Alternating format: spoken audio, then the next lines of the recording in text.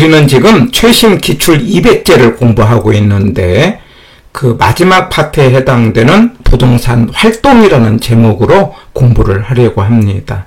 부동산 활동이라는 파트는 우리가 지금까지 공부한 내용을 전부 나머지에 해당되는 한 6가지의 내용을 묶어서 활동이라는 제목으로 공부를 하려고 하는데 그게 지대, 입지, 도시, 개발, 관리, 마케팅이에요. 그래가지고 지금까지 그 6개의 내용들이 33문항이 출제가 됐어요. 그러면 대략 한 5문항 정도는 출제가 된다. 이렇게 보시면 되겠고 상대적으로 문항이 어렵지가 않아요. 단지 여기는 외국 사람 이름이 좀 나와요. 그래서 외국인 사람의 이름을 암기를 하시면은 의외로 쉽게 접근할 수 있다 생각하시고 우리 부동산학개론은요 기출문제를 철저하게 분석을 해갖고 한 번만 보시면 안 됩니다. 여기에 나오는 자료, 기출문제, 체크포인트를 반복적으로 하시면은 얼마든지 이번 부동산학개론은 통과할 수 있는 힘이 생긴다는 거 강조를 합니다. 반복하셔야 된다는 거 강조를 하고요. 문제로 보겠습니다. 168번입니다. 지배이론에 관한 설명으로 옳은 것 됐어요.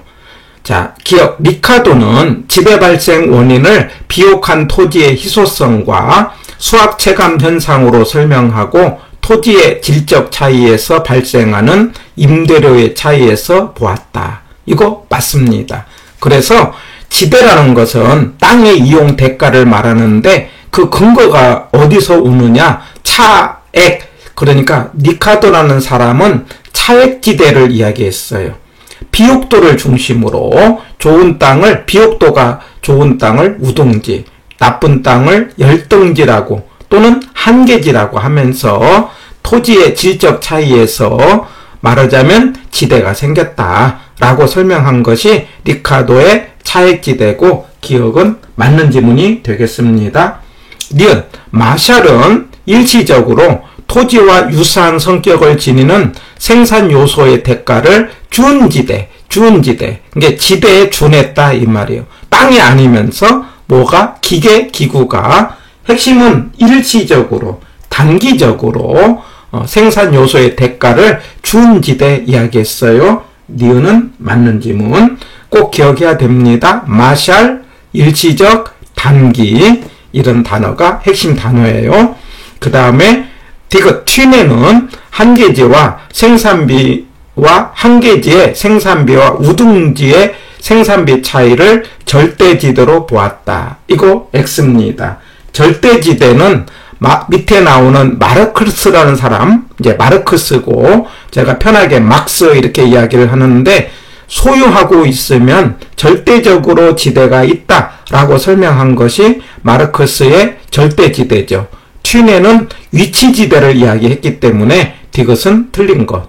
니을, 마르크스는 도시로부터 거리에 따라 농작물의 재배 형태가 달라진다는 점을 착안하여 수송비의 차이가 지대의 차이를 가져온다고 보았다. 이렇게 이야기한 사람이 세 번째 해당되는 튀넨이라는 사람이에요. 그래서 니을은 틀렸다 해갖고 168번은 기억과 니은이 맞는 거니까 1번이 정답이 되겠고 바로 이런 사람 이름들을 체크포인트로 반복을 한번 해보겠습니다.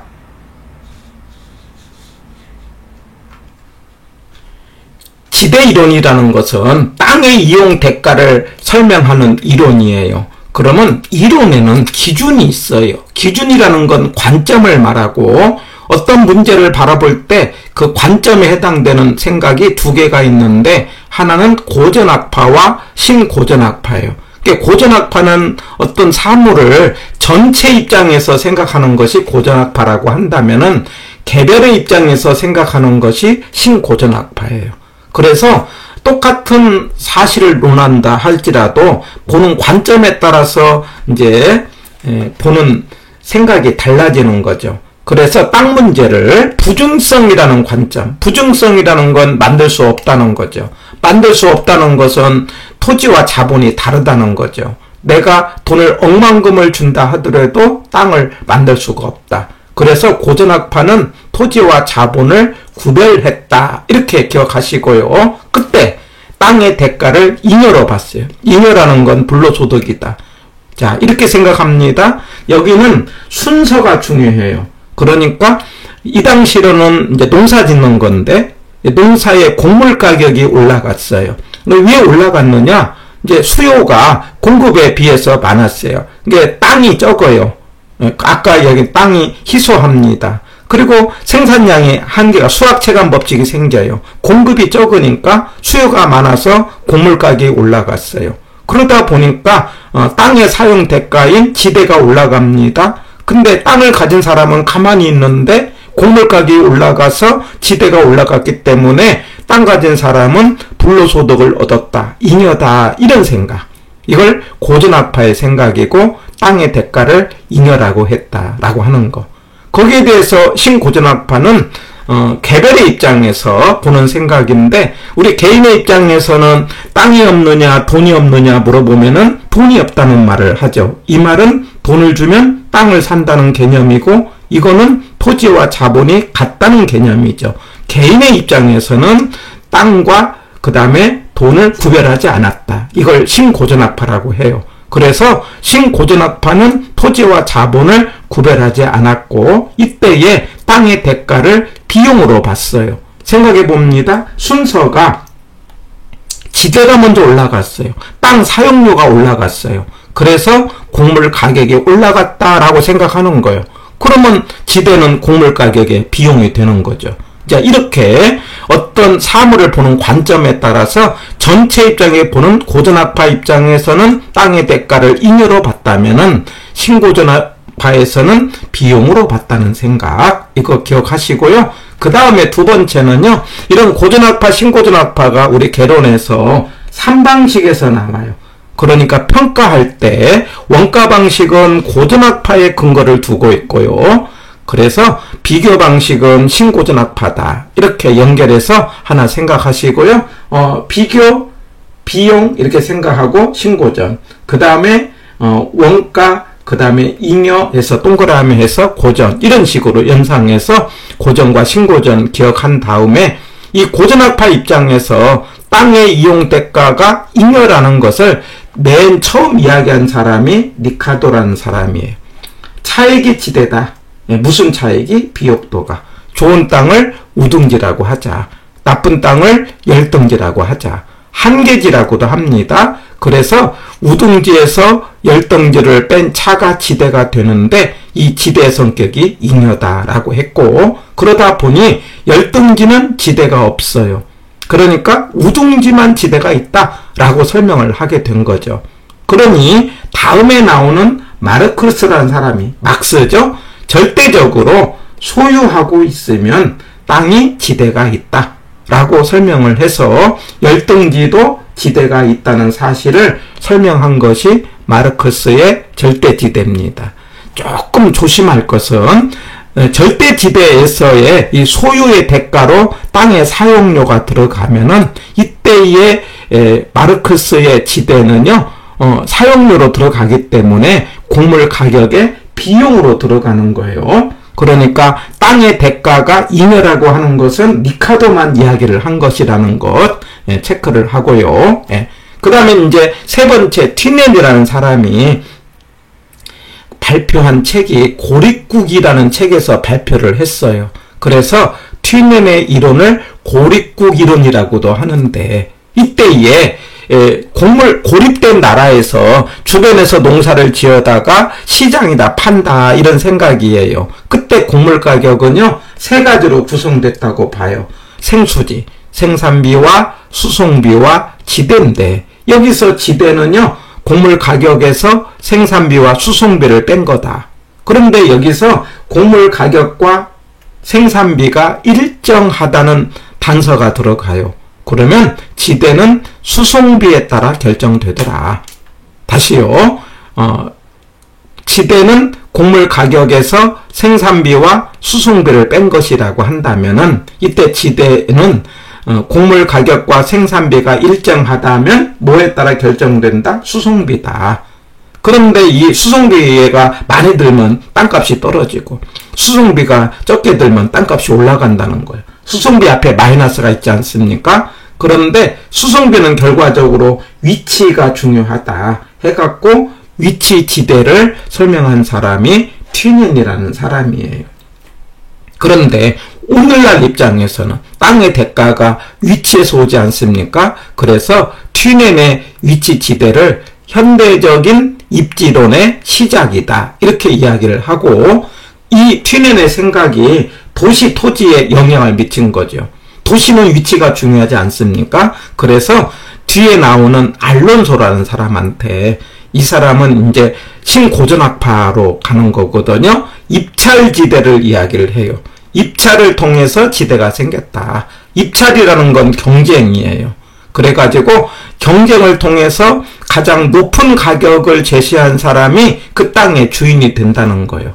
그래서 입찰지대에서 핵심 단어는요, 최대 가격, 최대 가격이 올라가면은 초과 이윤이 0인 수준의 지대를 입찰지대라고 했고, 그 뒤에 헤이겔이라는 사람이 마찰비용이라는 말을 이야기해요.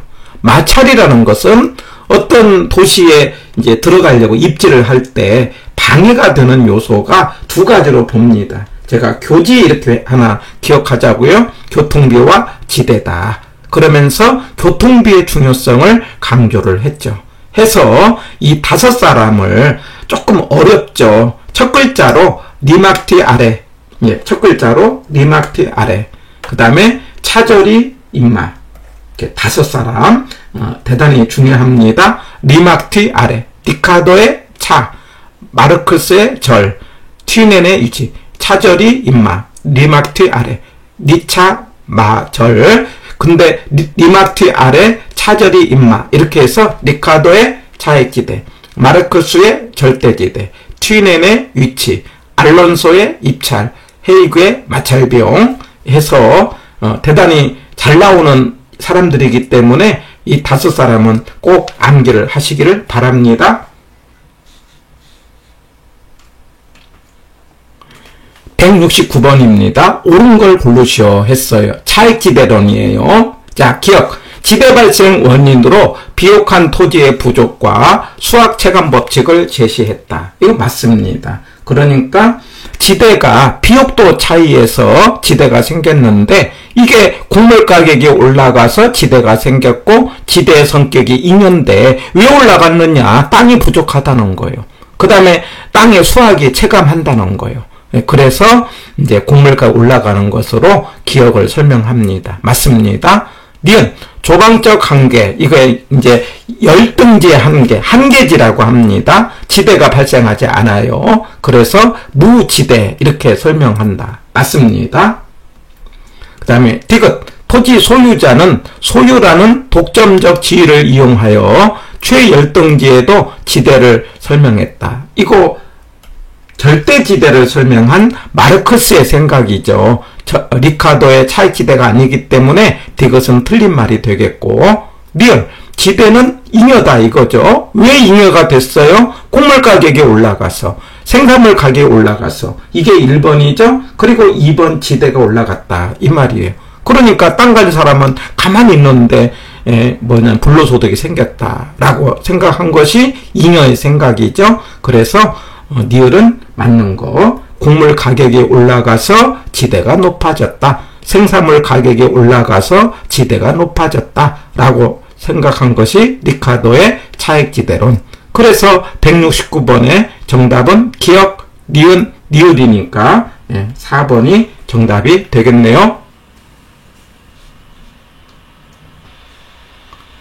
170번입니다. 지대 이론으로 옳은 것 됐네요. 1. 차액지대는 위치를 중요시하고 비옥도와는 무관하다 했는데 틀렸죠? 뭐에 따라서 차액이 생긴다? 비옥도. 비옥도가 좋은 땅이냐 나쁜 땅이냐 이렇게 설명했기 때문에 1번은 틀린 거.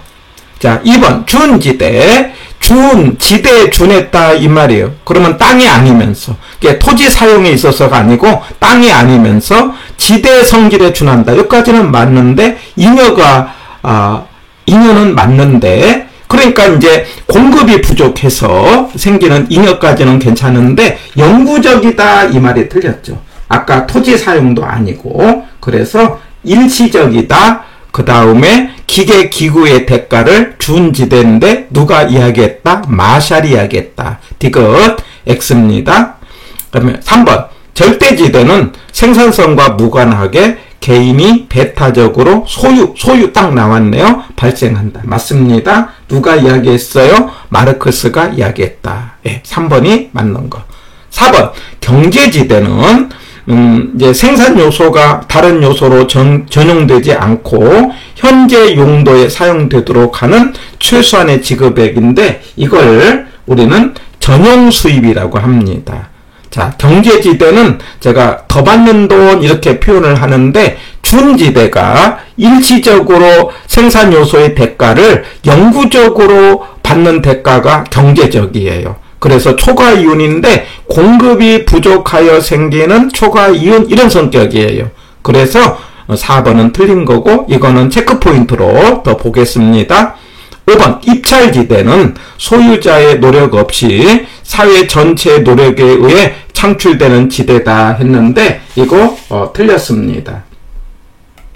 입찰지대, 입찰을 통해서 입찰이라는 게 경쟁을 통해서 가장 높은 가격으로 만들어진 땅의 사용 대가를 입찰지대 이야기했죠. 근데 여기는 사회 전체 노력으로 생겼다 했거든요. 이건 틀렸고 사회 전체적인 노력에 의해서 창출된 지대를 공공 발생 지대라고 하고 이걸 이야기한 사람이 마샬이라는 사람이 이야기를 했어요. 해갖고 참고로 기억하시고 5번은 틀렸다 이 말이고 170번의 정답은 3번이 되는 거예요. 예. 자, 체크포인트로 경제지대 개념을 공부를 하겠는데 경제지대를 하기 전에 지가와 지대의 관계를 한번 보자고요. 지가는 지대를 이자율로 나눈 거예요. 그러면 이런 식이 나오면 항상 결론은 위에는 비례관계고 밑에는 반비례관계죠. 그래서 지가와 이자율은 반비례관계라는 것 꼭 기억하고요. 예. 그리고 지가와 지대는 비례다. 말할 수 있죠? 예. 첫 번째 하나 지가는 지대를 이자로 나눈다는 생각. 그 다음에 두 번째는요.